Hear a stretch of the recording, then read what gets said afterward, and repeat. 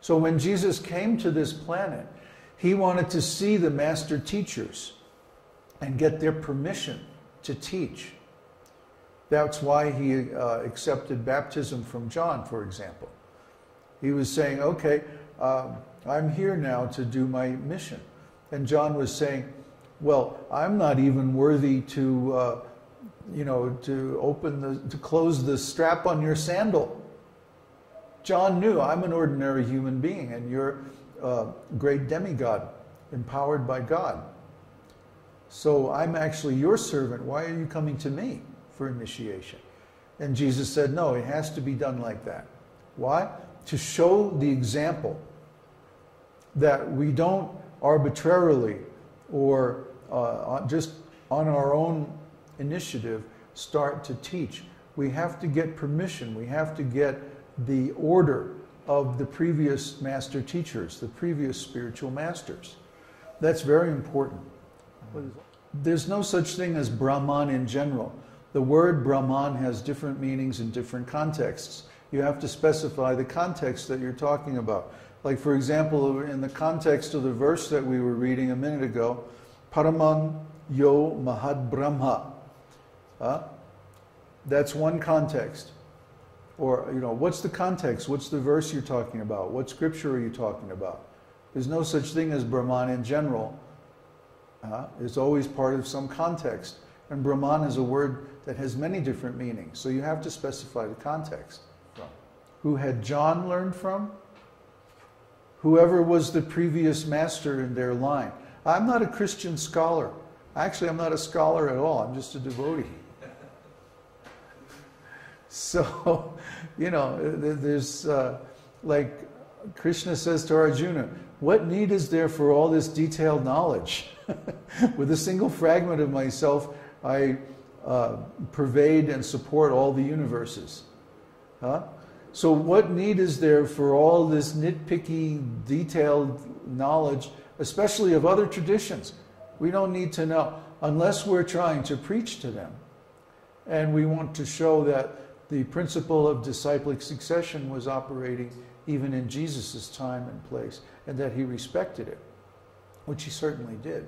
So that's a good point to make, and you might want to do a little research into it, but it's not something that we, carry around on the top of our heads. There's no books. Well, yeah, a lot of that knowledge has been destroyed. The Romans wanted to make all this stuff secret because they wanted to change the philosophy. It's just like ISKCON. They want to change the books, change the philosophy, make the Prabhupada's original teachings obscure and difficult to find. Demons are always like that. They want to make everything secret, obscure, covered up. Well, we don't agree with that.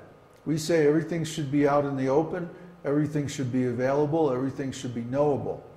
But then you have to have the discipline to do the scholarship. You have to know how to ask the right questions. That's why I was instructing John, that you have to know the context of the question you're asking. Otherwise, it's meaningless. You can't just say, like, what is Krishna? Well, what context, what way? It's too broad of a question. There are hundreds and thousands of volumes on the subject of what is Krishna. What exactly are you talking about? You have to narrow the question until it's meaningful, until it's answerable. We don't have, if we were living 10,000 years ago in a community of sages in the forest, and you asked a question that would take 100 years to answer, then maybe we could take it on. But times aren't like that. We have a limited time, and it has to be a focused question, a specific question. Well, we don't ask questions out of curiosity. We ask questions because they have a bearing on our service or on our preaching. I mean, if you're preaching to the Christians and you want to demonstrate the principle of disciplic succession, then it might be useful to know that little tidbit. We have a Bible search program and all that. If we really want to know, we can find it. But we don't want to preach on the authority of the Bible. We want to preach on the authority of the original Vedic literatures because they're much more comprehensive and they haven't been gutted like the Bible. I mean, just think, for example, in the Bible, Jesus mentions the soul 9 times in the New Testament. But you can't find anywhere in the Bible where the soul is defined, where the soul is explained. That information doesn't exist in the Bible. Where is it? If you search the literature of the whole world, you'll find that the soul is defined in exactly one place, in the Vedas. And everyone is expected to know that. Huh? There's no need to define it again because it's already defined. Nityo nityanam chaitanash chaitananam eko bahunam yo vididhati kaman. There's one eternal, the Lord, and then there's many eternals, the living beings. There's one conscious entity, one unlimitedly conscious entity, the Supreme Lord. And then there's all these limited conscious entities. That's us.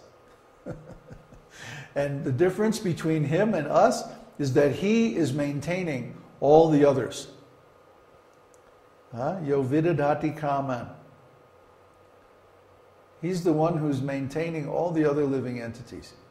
We're all individuals, we're all conscious, we're all spiritual and all of that, we're all eternal. But the difference is the Lord is the source and we are the energy.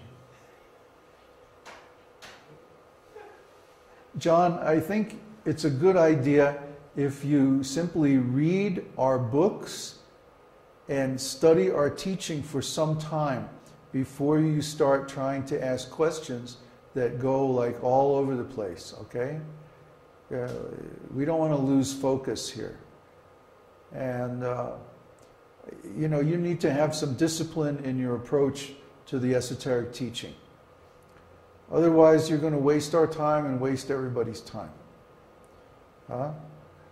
So you have to understand the terminology that we use, the language that we use, and the context. It's not productive to simply ask questions out of curiosity. I mean, there are 4 types of people who approach Krishna. He says this in Bhagavad Gita. The distressed, those who are in need of wealth, people who are curious, and people who are in knowledge. Those 4 kinds of people approach Krishna and perform devotional service. And the funny thing is, when the person who's distressed is released from their distress, then they fall away from the path.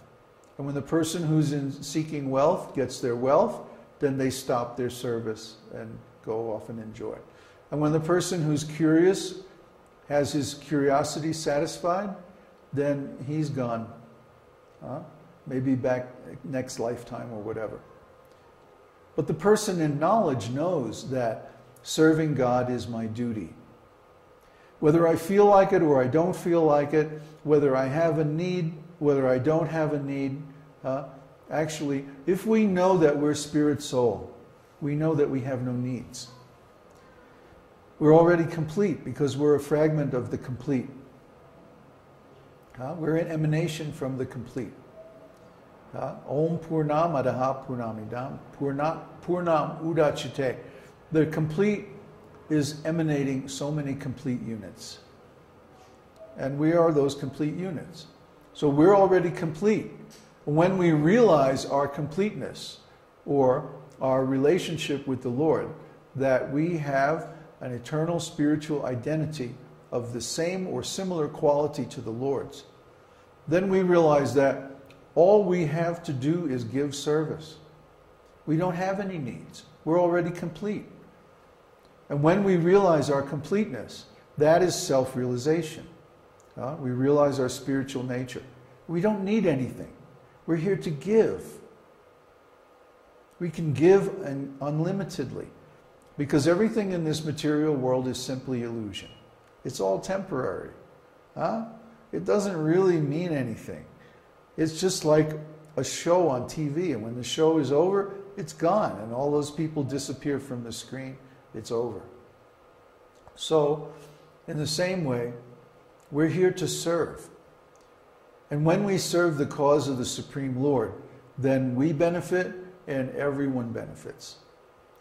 So we want to advance that cause. We want to serve that purpose. We want to be in relationship with that association. And in that we find our completeness. We understand our real self. Simply to ask questions out of curiosity, it may increase our knowledge. But that's a temporary purpose. That's not the real purpose. The real purpose is to forward God's purpose. The real goal is to achieve God's goals. Well, he's got a lot of false ego, you know. People with false ego aren't comfortable when they're told the truth.